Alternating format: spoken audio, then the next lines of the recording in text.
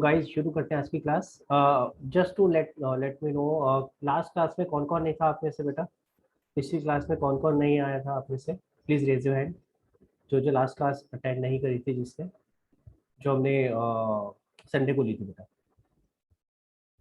रजत आप नहीं थे, प्रथम आप नहीं थे, ओके। एनीबडी एल्स जो नहीं थे लास्ट क्लास में? नव्या नहीं थे और बाकी सब लोग थे। तो रजत, आपने मुझे इन्फॉर्म किया था कि मैं नहीं आ रहा हूँ क्लास में। सर सर क्योंकि उससे पापा घर पे नहीं थे, पापा का नंबर है सर आपके मतलब ये क्या लॉजिक हुआ यार? पापा घर पे नहीं सर थे तो पापा पापा से तो मेरा नंबर ले लेता यार। ये तो कोई सर अगली लॉजिक बार नहीं ले है। नहीं, अगली बार ले लूंगा। सर नहीं, मैं बट आपको बता रहा हूँ, देखो। You you are now grown up, you need to be responsible. ठीक है? तो अगर कभी ऐसा होता है किसी भी रीजन से कि आप क्लास नहीं कर पा रहे हो, first thing should be to communicate with your teacher. अगर सोचो मैं किसी दिन ऐसी गायब हो जाऊँ और आप वेट कर रहे हो, अरे आएगा आएगा आएगा, क्लास का इंफॉर्मेशन आएगा। हाँ, सोचो मैं गायब हो जाऊँ, मैं कोई इन्फॉर्मेशन ही ना दूँ। जैसे 15 को मैं नहीं ले पा रहा था, मेरा तबीयत ठीक नहीं थी, आई टोल्ड यू ना 16 को लूंगा। अगर आप नहीं ले पा रहे किसी रीजन से, यू शुड एटलीस्ट कम्युनिकेट। ठीक है? तो नेक्स्ट टाइम से प्लीज याद रखना। मतलब क्या हुआ था? नहीं सर। सर मैं घर पे नहीं था। नहीं, अटेंड नहीं करिए तो मुझे पता है हुआ क्या था। सर मैं इन्फॉर्म नहीं कर पाया। हाँ, क्या हुआ था वही तो पूछ रहा हूँ, हुआ क्या था, रीजन पूछ रहा हूँ बेटा। सो गया था, टीवी देख रहा था, 15 अगस्त में इंडिपेंडेंस डे मना रहा था, जोश में था। नहीं सर, वो इन्फॉर्म करना भूल। भूल गया तुम? अरे भूलने का रीजन तो होगा कुछ, कहाँ ऑक्यूपाई हो गया था और क्यों नहीं करा? ये तो रीजन तो बता दे, क्यों नहीं करा? सर मैं दिल्ली में। दिल्ली में नहीं था? तेरी आवाज साफ नहीं आ रही। मतलब चलो, in any case let's move on. But guys, सबसे रिक्वेस्ट है, प्लीज बी रिस्पॉन्सिबल। हाँ, now you are grown up, so the responsibility is that at least communicate. First of all, पहले तो कोशिश करा करो बेटा, छुट्टी हो ही ना, इमरजेंसी जब तक ना हो, मैंने आपको बताया। और अगर किसी भी रीजन से छुट्टी हो रही है, यू शुड कम्युनिकेट। एंड दूसरी गलती आप लोगों ने पता है क्या करी? Rajat, Pratham, none of you came back asking me कि सर आपने अभी तक अपलोड नहीं करी है क्लास। पूछा किसी ने? आप में से देखो कोई भी सर मेरे पास नहीं आया। हाँ रजत? सर जब मैंने नए डिवाइस पे स्विच किया था सर, मेरे में मतलब मैंने ऐप इंस्टॉल किया था सर, वो ओटीपी सेंड ही नहीं कर रहा था। तो सर तूने मेरे मैंने से मतलब डिस्कस किया 15 कुछ? अगस्त के नेक्स्ट डे किया था, मंडे को। भाई मैं एक सीधी सी बात कह रहा हूँ, तू जितनी भी कहानियां सुनाएगा मेरे लिए सारी अनजानी है, क्योंकि मेरे को कुछ पता ही नहीं कि whether you tried, you did not try. Are you getting my point Rajat? Yes sir. तो पहली गलती तो आपने करी बेटा, कम्युनिकेट नहीं किया। That is number one. ठीक है? तो गोइंग फॉरवर्ड याद रखना। दूसरी गलती बेटा, और उससे बड़ी गलती है, जो कि अगर आप, चलो उस समय जो हुआ वो हुआ, उसके बाद मैंने बताया ना, नेक्स्ट क्लास से पहले पहले देखना चाहिए आपको पुरानी क्लास। अब अगर आज की क्लास लिंक होगी पिछली क्लास से, तो कैसे समझ आएगा ये बताओ? समझ रहे हैं मैं क्या बोल रहा हूँ? तो नेक्स्ट टाइम ऐसा नहीं होना चाहिए। ठीक है? रजत, प्रथम, सबके लिए बोल रहा हूँ बेटा। ठीक है? जितने लोग आए भी थे, अच्छी बात है। जो अगली बार बेटा आप लोग भी ध्यान रखना। ठीक है? कि अगर बाई चांस, अभी मैं आपको एक जस्ट एग्जांपल दे रहा हूँ। मेरे पास अभी ईशा के मैसेजेस आए हुए हैं, 2 मैसेज आए हैं, आपको पढ़ के बता रहा हूँ। पहला क्या है? पहला आया, sir I won't be able to attend today's class as I am not well. और दूसरा मैसेज आया है, please upload the recording on YouTube so that I can watch this. समझ रहे हो मेरी बात, मैं क्या कह रहा हूँ? ठीक है? सो सिर्फ ये बोल रहा हूँ कि just take it as a cue, कि भाई सब लोग प्लीज अपना रिस्पॉन्सिबिलिटी खुद लो। कि अगर मुझे पढ़ना है तो मुझे पढ़ना है भाई, किसी भी तरह सर के पीछे पढ़ना है। ठीक है ना? देखो, मैं तो सबको पढ़ा रहा हूँ, सबको एक जैसे ही कोशिश कर रहा हूँ, लेकिन अगर जो बंदा मेरे पीछे ज्यादा पढ़ा रहेगा, ज्यादा चीजें पूछेगा करेगा, उसको एक्स्ट्रा कुछ ना कुछ मिलेगा। तो आपको मेरे पीछे पढ़ना है। ठीक है? चलो आगे शुरू करते हैं फिर आज की क्लास। लकीली लास्ट क्लास में हमने क्या किया था, जरा बताएगा कोई? स्निग्धा, लास्ट क्लास में हमने क्या किया था? सर हमने बेसिस ऑफ अकाउंटिंग किया था। बेसिस ऑफ अकाउंटिंग बेटा, हमने एक चैप्टर खत्म कर दिया लास्ट क्लास में। प्रथम और कहाँ गया भाई रजत? आपके लिए बता रहा हूँ, खासकर आपने अटेंड नहीं करी थी बेटा लास्ट क्लास। तो हमने एक चैप्टर खत्म कर दिया, छोटा सा चैप्टर था, बेसिस ऑफ अकाउंटिंग, जिसमें कैश बेसिस, अक्रूवल बेसिस, ये सब डिस्कस किया था। ठीक है? तो आप एक बार देखना, अगर नहीं समझ आएगा तो मेरे से अलग से डिस्कस करना। क्लियर? आज हम एक नया चैप्टर शुरू कर रहे हैं, विच इज वाउचर्स। ठीक है? बड़ा लंबा सा नाम है, अगर बुक में देखो, origin of transaction, source, document and preparation of vouchers. ठीक है? तो आज हम इसको मैं छोटा कर दिया, वाउचर्स। वाउचर्स का चैप्टर है जो आज हम करेंगे, और ये भी अगेन एक दिन में खत्म हो जाएगा। ये छोटे छोटे से चैप्टर हैं जो एक ही दिन में खत्म हो जाएंगे। इसमें कुछ नहीं है, समझने की चीजें हैं, प्रैक्टिकली इसको रिलेट करेंगे किस तरीके से है, ठीक है। और जो लास्ट क्लास की रिकॉर्डिंग्स थी बेटा, मैंने अभी तक अपलोड नहीं करी है, लास्ट और लास्ट टू लास्ट क्लास की अपलोड नहीं हुई थी, ठीक है। तो मैं अभी आज कोशिश करके आज तक का जितना भी है वो सारा अपलोड कर दूंगा, ठीक है। वो रह गया था अपलोड होना, तो मैं भी आज जितना भी अब तक का रह गया पेंडिंग था, 2 क्लासेस का आई थिंक पेंडिंग है, तो आज की मिलाकर के 3 क्लासेस हो जाएंगी टोटल, तो वो तीनों क्लासेस का आज अपलोड हो जाएगा, ठीक है। चलो भाई, तो हम लोग शुरू करते हैं। वाउचर्स आपको स्क्रीन पे दिख रहा है बेटा, स्क्रीन शेयर है सबके साथ? ओके, मैं चाहूंगा किसी एक जने को आज डिस्कशन में लूं, और मैं चाहूंगा दोनों भाइयों में से कोई एक आए, आरव या अरब। तो कौन आना चाहेगा, आरव या अरब में से? क्योंकि ये लोग चुपके चुपके चुपके पढ़ते हैं लेकिन हाँ चुपके चुपके पढ़ते हैं, तो मैं चाहता हूँ कि कोई एक जना मेरे साथ डिस्कस करे। आरव, चलो वेरी गुड आरव। बेटा अपना कैमरा ऑन करना पड़ेगा आपको साथ में। हाँ आरव, ठीक है। तो मैं डिस्कस करता रहूंगा बीच बीच में आपके साथ, और बाकी लोगों को भी अगर कुछ समझ नहीं आ रहा तो प्लीज हैंड रेस कर लेना, जो चीज समझ नहीं आ रही होगी वो वहां पे मैं वहां रुक के फिर आपके क्वेश्चन ले लूंगा। गाइस वाउचर क्या होते हैं आज अपने को ये समझना है। यहाँ पे 2 वर्ड यूज हो रखे हैं, सोर्स डॉक्यूमेंट और वाउचर, ठीक है। पहले सोर्स डॉक्यूमेंट समझते हैं, सोर्स डॉक्यूमेंट का मतलब क्या है। सोर्स डॉक्यूमेंट का मतलब है जहां एक ऐसा डॉक्यूमेंट जिससे जर्नल एंट्री सोर्स हो रही है, जिससे अकाउंटिंग सोर्स हो रही है। सोर्स का मतलब शुरुआत हो रही है, ठीक है। तो सोर्स डॉक्यूमेंट का मतलब हो गया जो बेसिक डॉक्यूमेंट है जिसके बेसिस पे हम एंट्री पास कर रहे हैं। मैंने आपको लास्ट टाइम एक एग्जांपल दिया था आरब, एक एग्जांपल दिया था। कोई मेरे पास परचेज डिपार्टमेंट से आया और उसने बोला भाई साहब एंट्री कर दो, 2 लाख रुपए की हमने परचेज करी है फलाना फलाना कंपनी से, एंट्री कर दो इसकी। फॉर एग्जाम्पल तनीषा से खरीदिए 2 लाख रुपए की goods, just as an example. तो तू क्या एंट्री पास करेगा Aarav? Sir, purchases account debit to Tanisha. हाँ, अब एंट्री तो तूने बिल्कुल 100% सही करी है, लेकिन एंट्री करनी नहीं चाहिए थी तुझे। तुझे क्या करना चाहिए था? तुझे सामने वाले से सवाल करना चाहिए था, भाई साहब क्या कह रहे हो, ऐसे ही कर दो, कुछ भी कर दो एंट्री, इसका प्रूफ दिखाओ। क्या दिखाओ? प्रूफ दिखाओ। मैं ऐसी कैसे एंट्री कर दूं? भाई आपने परचेज करा है, यानी बिजनेस ने परचेज किया, उसका प्रूफ होगा ना। अब प्रूफ क्या होगा? उसी को कहते हैं सपोर्टिंग डॉक्यूमेंट, जिसके बेसिस पे आप एंट्री करो। समझ में आ रहा है? सपोर्टिंग डॉक्यूमेंट या सोर्स डॉक्यूमेंट एक ही बात है, ठीक है। यानी जिससे आपकी एंट्री ओरिजिनेट हो रही है। सोर्स डॉक्यूमेंट इसलिए इसको बोलते हैं, सोर्स का मतलब हो गया जहां से ओरिजिनेट होती है, यानी जिस डॉक्यूमेंट से आपकी एंट्री ओरिजिनेट हो। For example, just as an example, अगर यही वाली ट्रांजेक्शन की हम बात करें कि हमने तनीषा से कितने बोले थे, 2 लाख रुपए, चलो 2 ले लेते हैं, तनीषा से 2 लाख रुपए का माल खरीदा, तो उसका प्रूफ क्या होगा? आरब बता सकते हो कि क्या प्रूफ होगा जिससे ये प्रूफ हो कि हाँ हमने तनीषा से 2 लाख रुपए का माल खरीदा है? Sir, bill. किसका बिल होगा बेटा? Sir, transaction. नहीं नहीं, बिल किसका होगा? हमने बिल रेज किया होगा या तनीषा ने बिल रेज किया होगा? सोचो कौन रेज करता है, जो माल खरीदता है या जो बेचता है? तू मार्केट जाता है, मार्केट से कुछ सामान लाता है, तो कौन बिल रेज करता है? हाँ बोल बोल, दोबारा बोल। Sir, Tanisha ने हमें बिल दिखाया होगा. तनीषा ने हमें बिल दिया होगा। देखो अब ध्यान से सुनना गाइस, अगर कोई आके आपसे कह रहा है कि भाई हमने तनीषा से 2 लाख रुपए का माल खरीदा है, और हम अपना भी एक बिजनेस का नाम ले लेते हैं, आरव लिमिटेड, ठीक है आरव, आरव लिमिटेड। तो अगर आरव लिमिटेड ने तनीषा से 2 लाख रुपए का माल खरीदा है, तो ऑब्वियसली फिर तनीषा ने एक बिल या इनवॉइस, उसको टेक्निकली क्या बोलते हैं, बिल को इनवॉइस, एक ही बात है, तो एक इनवॉइस रेज किया होगा जिसमें लिखा होगा सोल्ड गुड्स टू, किसका नाम होगा? Aarav limited, sold goods to Aarav limited, और क्या गुड्स बेचे उसका डिस्क्रिप्शन होगा और तनीषा के साइन होंगे। आई बात समझ में? क्लियर हुआ? तो एक तो ये हो गया, ठीक है, एक तो ये होगा, लेकिन सिर्फ ये नहीं होगा, और भी चीजें हो सकती है इसकी सपोर्टिंग में। जैसे अब ये कैसे पता चला कि ये ऑथोराइज था कि हाँ हमें तनीषा से ये 2 लाख रुपए का माल खरीदना था, भव्या से क्यों नहीं खरीदना था, प्रथम से क्यों नहीं खरीदना था, वाई ओनली तनीषा? आ रही है बात समझ में? क्लियर हुआ? तो इसके लिए क्या होगा कि जो तनीषा ने इनवॉइस रेज किया है उससे पहले एक परचेज ऑर्डर जाता है, कंपनी की तरफ से परचेज ऑर्डर जाता है। कंपनी ऑर्डर देती है तनीषा को कि हमें ये माल चाहिए, उस पे जो आरव आपकी कंपनी है उसके परचेज डिपार्टमेंट के हेड के सिग्नेचर हो। समझ आ रही है बात?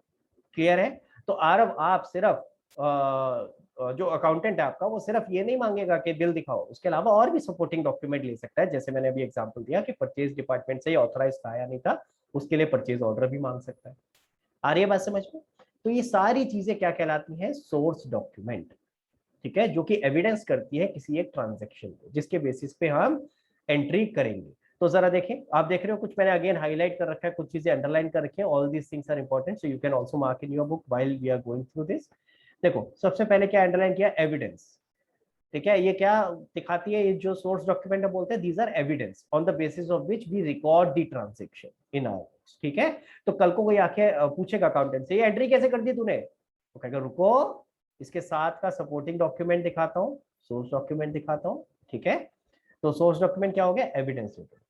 किस चीज का एविडेंस है? Basis of recording the entry. अपनी बुक्स में जो हम एंट्री रिकॉर्ड कर रहे हैं उसका क्या बेस था, उसका क्या सपोर्टिंग डॉक्यूमेंट था, वो है, ठीक है। सोर्स डॉक्यूमेंट नीचे देखोगे तो नीचे भी वही लिखा है, एविडेंस ऑफ अ ट्रांजैक्शन, किसी ट्रांजैक्शन का एविडेंस है। बाकी कहानी आप एक बार पढ़ लेना, मेन चीज वही है जो मैंने बताई है।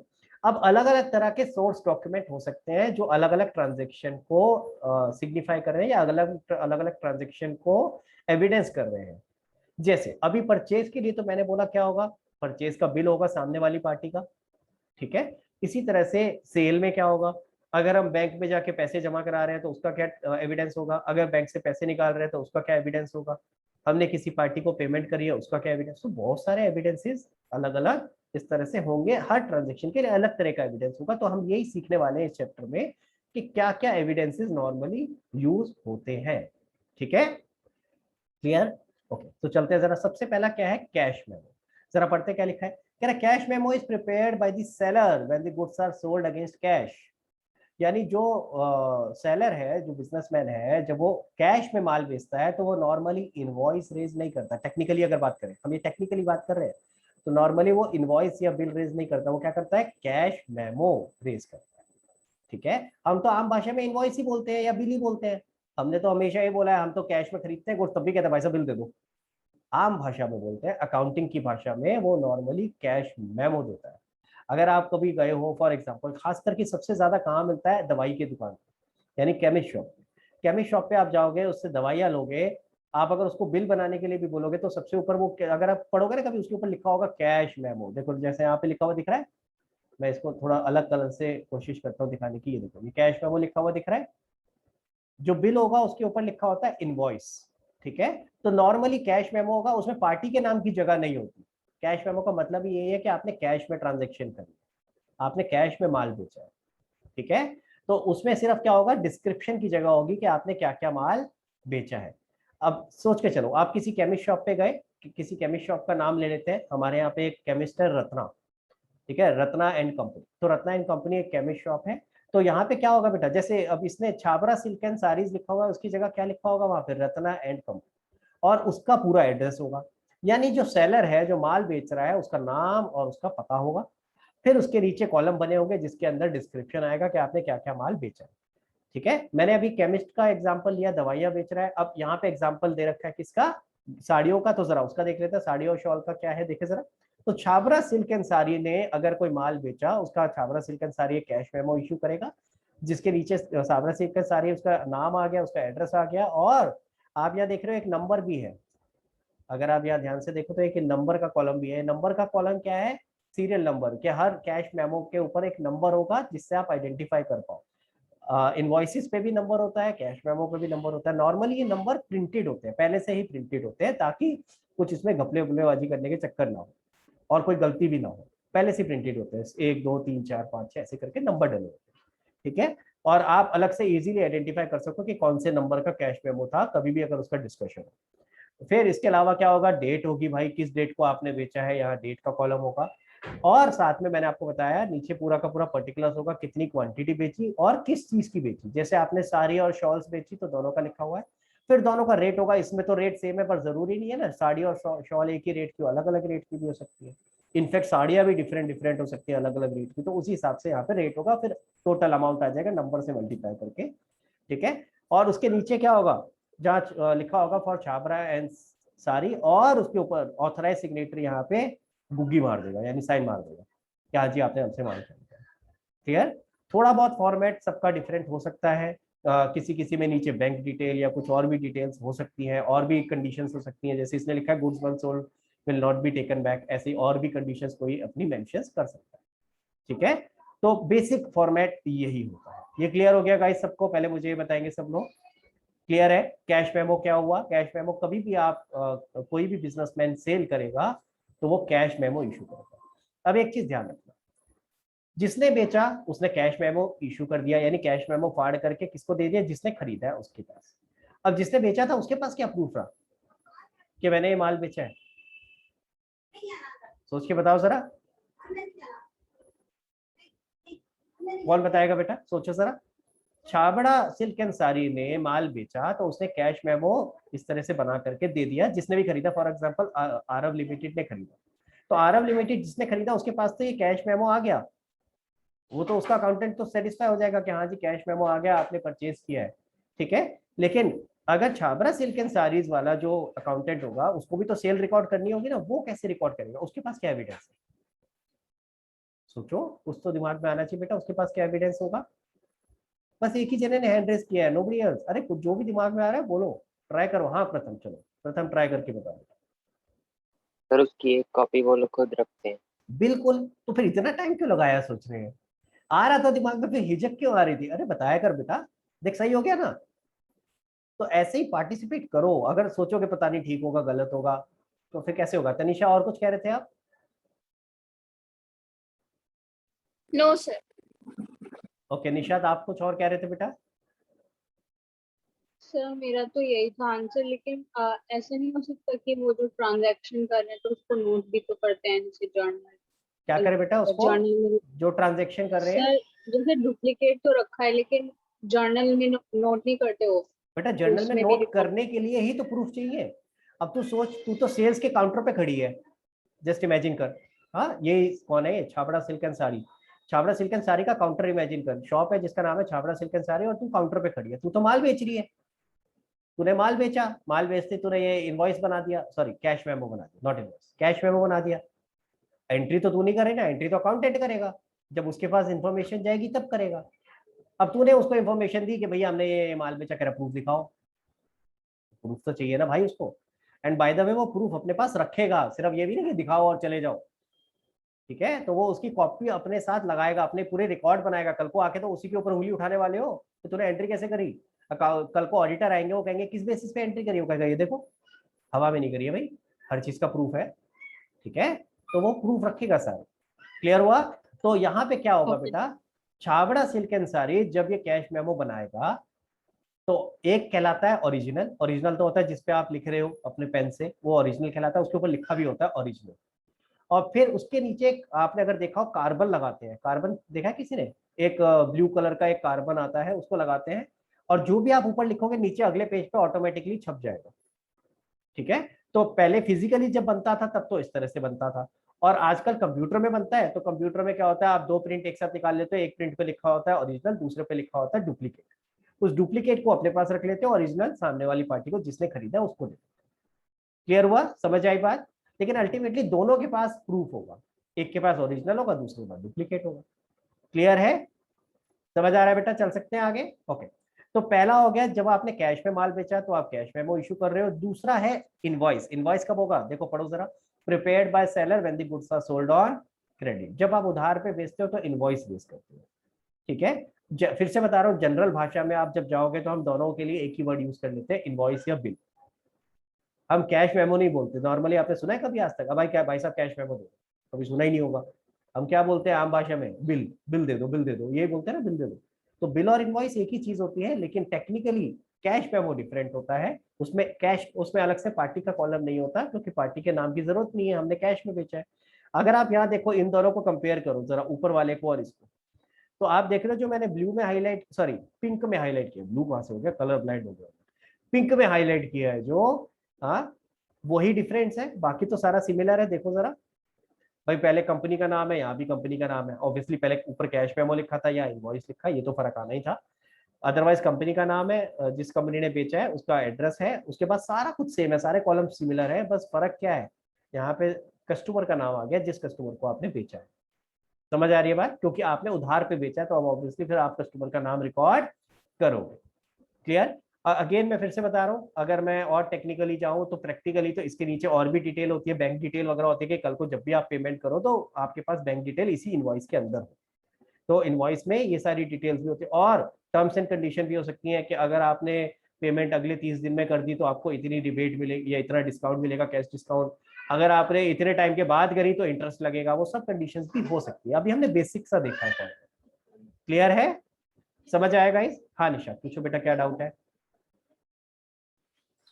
सर जैसे मुझे स्कूल में फीस पे करनी होती है तो जो उसकी फी बुक होती है तो उसमें एक जैसे पेज हम होता है एक शीट फी बुक के अंदर, तो हम जब पे करते हैं तो उसमें दोनों को फिल करते हैं और उसमें से आधा उसको फाड़ के टीचर को देते हैं। तो वो सर आएगा वो आएगा, जो वो भी आएगा। original ये हुआ, ले, तूने मांगा और वो आ गया, उसको बोलते हैं रिसिप्ट।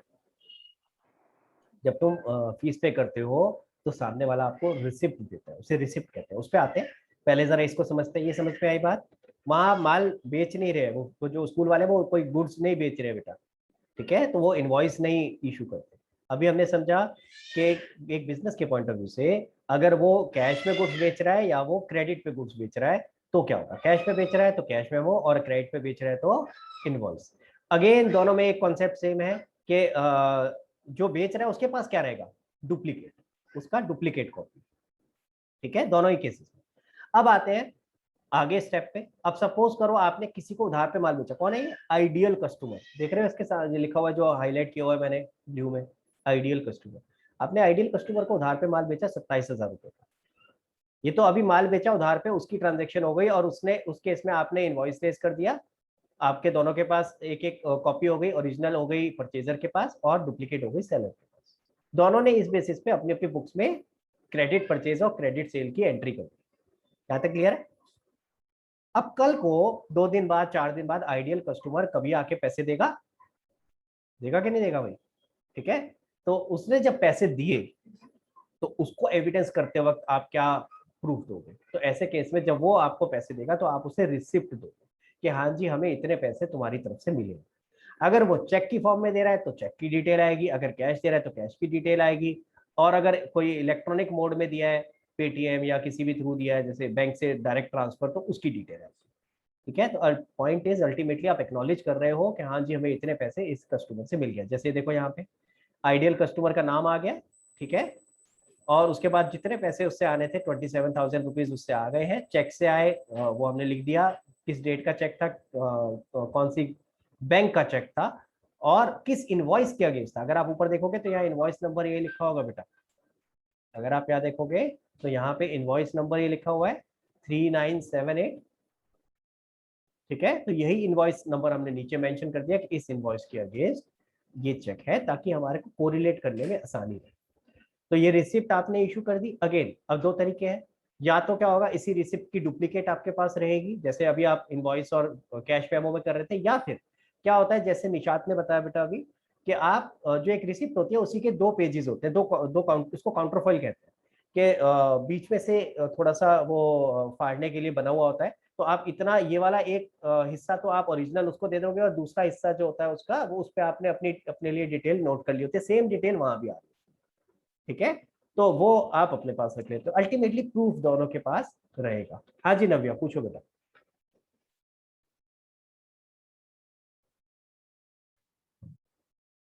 सर जो जैसे हम लोगों की जैसे हम लोगों ने अगर कैश में पेमेंट करी तो हमें रिसिप्ट जो मिलेगी, और तो कैश मेमो और रिसिप्ट में फिर क्या डिफरेंस होगा? बेटा कैश मेमो तो कब था? जब आपने गुड्स खरीदे हैं कैश में, तो सामने वाली पार्टी आपको कैश मेमो दे रही है। यहाँ तो आप सिर्फ पेमेंट कर रहे हो, यहाँ गुड्स नहीं खरीदे। Okay. गुड्स खरीदने का स्टेप तो पहले हो चुका था, उधार पे गुड्स खरीदे थे। ठीक है। तो अगर आपने गुड्स खरीदे और हाथ के हाथ कैश दे दिया तो फिर रिसिप्ट किस बात की? फिर तो आपको सीधा सीधा क्या मिलेगा? Cash memo. ओके सर, ठीक है ठीक है, सर। ये तो तब था जब आपने या तो उधार पे गुड्स खरीदे हो पहले, तो आपको पहले इनवॉइस मिला होगा। जब आप बाद में आपने पेमेंट करी तो फिर बाद में आपको एक अलग इंस्ट्रूमेंट मिला है जिसको बोल रहे हैं रिसिप्ट। ठीक है, और जिन केसेस में सेल और परचेज ऑफ गुड्स नहीं है, जैसे सर्विसेज का केस, जैसे निशात अभी कह रही थी स्कूल फीस जमा कराई, तो वहाँ कोई सेल परचेज ऑफ गुड्स तो है नहीं, तो वहाँ इनवॉइस या कैश मेमो का कॉन्सेप्ट तो आएगा नहीं, तो वहाँ तो सिर्फ क्या आएगा? रिसिप्ट ही आएगा बेटा। ठीक है सर। ओके। आगे चलते हैं बेटा। अब वहाँ ऑब्वियसली आपका स्कूल का अगर मैं बात करूँ तो वहाँ पे ये इनवॉइस नंबर की जगह, जैसे यहाँ पे इनवॉइस नंबर का कॉलम है, डेट का कॉलम है, उसकी जगह क्या होगा, आपका सेशन होगा कि किस सेशन को ये फीस बिलोंग करती है, कौन से सेमेस्टर को बिलोंग करती है। क्लियर हो गया? हाँ जी, आगे चलते हैं। पे इन स्लिप ये किस लिए होती है? ये होती है कि आप जब बैंक में कुछ कैश या चेक जमा कराते हो तो फिर आप ये एक फॉर्म भरते हो। किसी ने देखा ये फॉर्म? कोई गया है बैंक आज तक जमा कराने? चेक जमा कराया किसी ने? किसी ने नहीं कराया। नोबडी।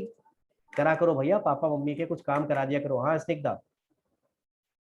सर पहले बहुत पहले पापा के साथ गई थी तो पापा के साथ ऐसे देखा था बैंक पे पापा भर देखो रहे थे कौन से फायदा हो जाता है। कभी तूने सोचा था कि मैं सवाल पूछूंगा क्लास में और तू एकदम से यही वाली बात याद करेगी? बट पॉइंट इज कि अल्टीमेटली कौन सी चीज कहाँ एकदम से काम आ जाती है पता नहीं चलता। तो जितनी भी चीजें करते हो लाइफ में वो कहीं ना कहीं हेल्प कर जाती है। ठीक है? तो अब होता क्या है, देखो अगर आप बैंक में जमा कराते हो, पैसे जमा कराने गए, कैश जमा कराने गए, आप बैंक में 10,000 रुपए जमा करा रहे हो अपने अकाउंट में, कैसे प्रूफ मिलेगा आपको कि आपने 10,000 रुपए जमा कराए? सिमिलरली आप हो सकता है कुछ चेक जमा कराने गए हो, किसी पार्टी से चेक मिले हो आपको जो कि आप अपने बैंक में जमा कराने गए हो, उसका क्या प्रूफ रहेगा आपके पास कि आपने चेक जमा कराया? तो उसके लिए ये एक पे इन स्लिप होती है। पे इन स्लिप, आप कुछ पे कर रहे हो या तो कैश या चेक, ठीक है, इनटू दी बैंक, तो ये पे इन स्लिप आप भरते हो। अगेन देख रहे हो इसके दो पार्ट्स हैं, ये बीच में से डॉटेड लाइन है, ठीक है। तो आपकी लेफ्ट हैंड साइड वाला जो पार्ट है वो आप अपने पास रिटेन कर लोगे और राइट हैंड साइड वाला पार्ट अलॉन्ग विद कैश या चेक जमा हो जाएगा बैंक के पास।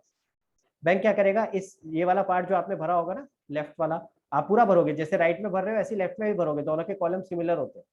पूरी आपकी डिटेल यहाँ भी आ जाएगी लेफ्ट में। हाँ बस थोड़ा छोटा है, कंजेस्टेड है और कुछ नहीं, अदरवाइज कॉलम सेम है। तो लेफ्ट में आपकी डिटेल आ गई, यहाँ पे वो बैंक अपनी स्टैंप लगा देगी कि हाँ जी हमारे को ये चीज मिल गई। आई बात समझ में? क्लियर? अगर कैश होगा तो आपने कैश की डिटेल भरी होगी, अगर चेक है तो चेक की डिटेल भरी होगी। क्लियर? समझ आया? तो इस चीज का क्या प्रूफ है कि आपने कैश या चेक जमा करा बैंक में? ये प्रूफ है पे इन स्लिप। तो कल को इसके बेसिस पे आपकी कैश या चेक की एंट्रीज होंगी जो कि आपका अकाउंटेंट डालेगा। क्लियर? अगला क्या है, चेक। चेक क्या होता है भाई साहब? चेक होता है ऑब्वियसली, चेक अभी हमने शुरू में ऊपर जैसे पढ़ा, तो आप भी तो चेक इशू करोगे। ये तो कौन से चेक की बात हो रही थी, जो चेक आपको सामने वाली पार्टी से मिले, ऐसी आप भी तो किसी की पेमेंट कर रहे होगे। तो जब आप किसी की पेमेंट करोगे बेटा, ठीक है, आप तो देखो अब ध्यान से समझो, दो अलग अलग पार्ट्स हैं। एक तो हो गया आपने किसी को चेक से पे किया, और एक होता है आपको किसी का चेक मिला। अब आपको याद होना चाहिए, जब किसी का चेक मिलता है, जब तक हम बैंक में जमा नहीं कराते, तब तक हम एंट्री नहीं करते, तब तक बैंक का नाम नहीं आता। एंट्री अगर करते हैं तो क्या आता है, चेक इन। अगर हमें मिल गया है, हमने जमा नहीं कराया तो चेक इन। ठीक है? अब अगर चेक इन एंड की एंट्री करनी होगी तो किस बेसिस पे करेंगे? सामने वाले का चेक होगा हमारे पास, वो दिखाएंगे हम अकाउंटेंट को, ये देख चेक आ गया है। वो कहेगा जमा कराया है, पे इन स्लिप दिखाओ, हम कहेंगे अभी जमा नहीं कराया, तो कहेगा अभी तो फिर रुको, चेक इन हैंड डालने दो। ठीक है? अगर हम जमा करा चुके होंगे तो हम उसको पे इन स्लिप दिखाएंगे, देख पे इन स्लिप है, फिर वो उसके बेसिस पे बैंक डालेगा, बैंक डेबिट करेगा चेक इन हैंड की जगह। समझ आ रही है? लॉजिकल है? क्लियर? ठीक है। इसी तरह से हम किसी की पेमेंट भी तो कर सकते हैं चेक से। अगर हमने पेमेंट करी है तो वो किससे सिग्निफाई करेगा, उसके लिए क्या प्रूफ है? उसके लिए जो चेक हमने इशू किया है वो प्रूफ है। तो नॉर्मली जब हम चेक इशू करते हैं तो उसकी कॉपी रख लेते हैं अपने पास, ठीक है, फॉर ऑल पर्पसेस। कभी भी कल को कोई डिस्प्यूट होता है कि भाई चेक तो मिला नहीं हमें, या कौन सा चेक था, ठीक है, तो उसकी कॉपी रख लेते हैं और हमारे लिए भी इजी हो जाता है, अकाउंटेंट को एक प्रूफ हो जाता है, देखो हमने चेक इशू किया, ठीक है। अदरवाइज नहीं तो क्या होता है, हम सामने वाले से रिसिप्ट ले लेते हैं। जैसे हम रिसिप्ट दे रहे हैं, अगर हम किसी को पे कर रहे हैं तो सामने वाले से भी तो एक्नॉलेजमेंट मिलेगा ना कुछ ना कुछ। आप कभी बिजली का बिल भी जमा करके आते हो तो सामने जो काउंटर होता है, क्या नाम है, इलेक्ट्रिसिटी डिपार्टमेंट का, वो आपको ठप्पा लगा के देता है कि नहीं देता है, received so much cash, sign करके ठप्पा लगा के दे देता है। तो सेम चीज है बेटा, आप जिसको भी पेमेंट करोगे सामने से कुछ ना कुछ तो एक्नॉलेजमेंट मिलेगा। क्लियर? तो वो आपके लिए प्रूफ हो जाए। ठीक है? आगे चलते हैं, डेबिट नोट और क्रेडिट नोट। अब ये क्या होता है? अब ये थोड़ी अलग सी चीज आ गई, डेबिट नोट और क्रेडिट नोट, और ये कंफ्यूज करता है कई बार बच्चों को। तो प्लीज इस पे फोकस करेंगे, इस पे ध्यान देंगे, जो मैं बता रहा हूँ स्पेशली इस पे खास फोकस करेंगे। देखो पढ़ो क्या लिखा है। डेबिट नोट क्या है? Debit note is made out evidencing that a debit has been made to the account of the party. क्या लिखा है? Debit note is made out evidencing that a debit has been made to the account of the party. यानी अगर मैं debit note issue कर रहा हूं तो इसका मतलब है कि मैं ये एक तरह से ये एविडेंस दिखा रहा हूं कि मैंने सामने वाली पार्टी को डेबिट कर दिया है। ठीक है? पहले जरा इसका मतलब देख लेते हैं, इसका लॉजिक क्या है और फिर हम समझेंगे कि डेबिट नोट इशू क्यों करते हैं।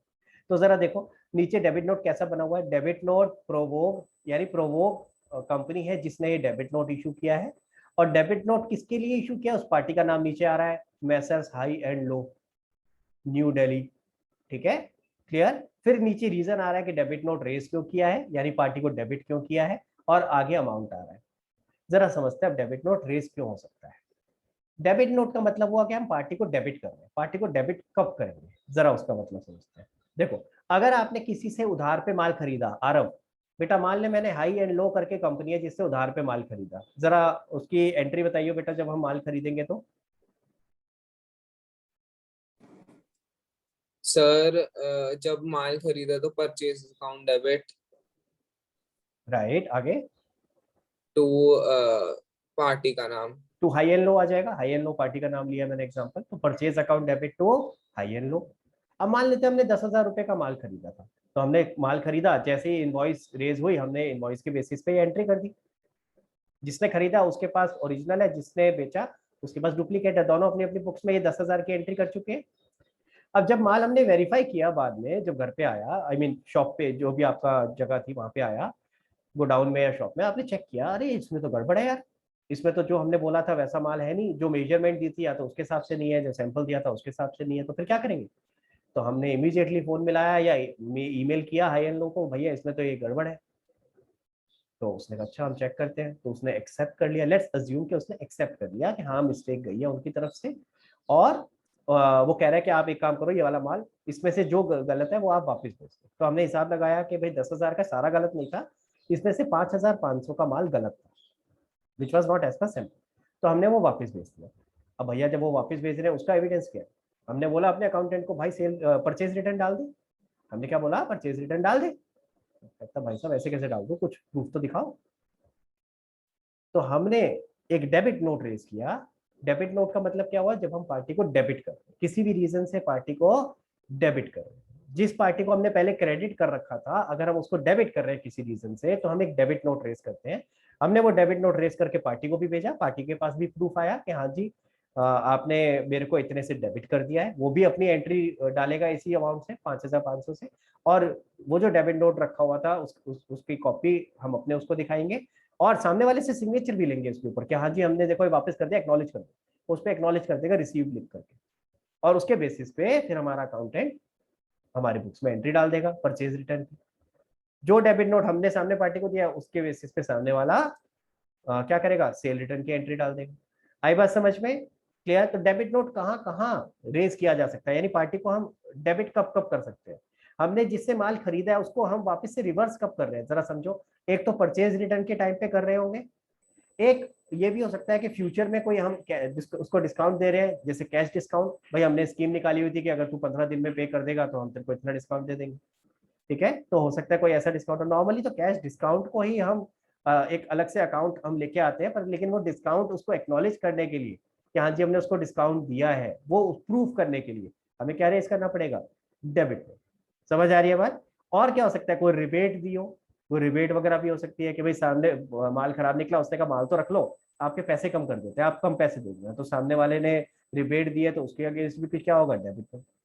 समझ आ रही है बात, क्लियर। और मजे की बात यह है, अगर हम प्रॉपर ट्रांजेक्शन समझे तो होता क्या है, हम अगर डेबिट नोट रेज कर रहे हैं तो सामने वाली पार्टी क्या रेज करेगी, क्रेडिट नोट। भाई उसने पहले क्या करा है, माल बेचा है, तो उसने पहले हमें डेबिट कर रखा है, अब वो हमें क्रेडिट कर रही है तो वो क्या करेगी, क्रेडिट नोट इश्यू करेगी। समझ आ रहा है, सिंपल सा समझते हैं डेबिट नोट और क्रेडिट नोट का मतलब क्या। डेबिट नोट का मतलब है कि अगर मैं पार्टी को अपनी बुक्स में डेबिट कर रहा हूं तो मैं डेबिट नोट इशू करूंगा, और अगर मैं अपनी बुक्स में पार्टी को क्रेडिट कर रहा हूं तो क्रेडिट नोट इशू करूंगा। तो इफेक्टिवली तो दोनों ही पार्टीज रेज करती हैं, एक डेबिट नोट कर रही होगी और एक क्रेडिट नोट कर रही है। समझ आ रहा है। हाँ जी निशा पूछो बेटा। सर जैसे इसमें एग्जांपल दे रखा है डेबिट नोट में, a seller of goods will make a debit note, तो कहाँ कहाँ पढ़ रही है बेटा। सेलर, सर ये डेबिट नोट के third line example. For example, okay. For example, a seller of goods will make a debit note if he finds that his goods have been invoiced for less amount. ये अलग example है, दूसरा example है। ये वाला example समझ लो। भाई अगर किसी ने माल बेचा था 10,000 का, उसने गलती से इनवॉइस बना दी 7,000 की, तो उसने क्या एंट्री करी होगी सेलर ने, सोच के बता। सर जो पार्टी का नेम है टू से तो लेट्स से हाई एंड लो ही था, हाई एंड लो, तो high and low to sales करा होगा कितने से, 7,000 से, Yes. क्योंकि सर 7,000 का इनवॉइस बनाया है। अब बाद में अपनी गलती पता चल गई तो क्या करूं, इनवॉइस को फाड़ दूं? नहीं, फाड़ नहीं सकते ना यार, जो डॉक्यूमेंट है जिसके बेसिस पे ऑलरेडी सब चीजें हो गई उसको फाड़ नहीं सकते। तो आप क्या करोगे, एक डेबिट नोट इशू करोगे और उसमें लिखोगे कि भाई गलती से इसमें हमने ये 10 की जगह 7,000 का बना लिया था, 3,000 का माल रिकॉर्ड करना उसमें रह गया है, तो हम आपको ये डेबिट नोट इशू कर रहे हैं, 3,000 रुपये आपने और दे दो, हम आपको 3,000 से और डेबिट करें। अगेन देखना उस केस में भी क्या हुआ, पार्टी डेबिट हो रही है कि नहीं हो रही, पहले 7,000 से डेबिट हुई थी, अब आप 3,000 से और कर दो। ठीक है, तो मैं इसीलिए आपको ये रटने के लिए नहीं बोल रहा हूँ कि डेबिट नोट हमेशा परचेजर ही इशू करता है, नहीं, परचेजर भी कर सकता है, सेलर भी कर सकता है।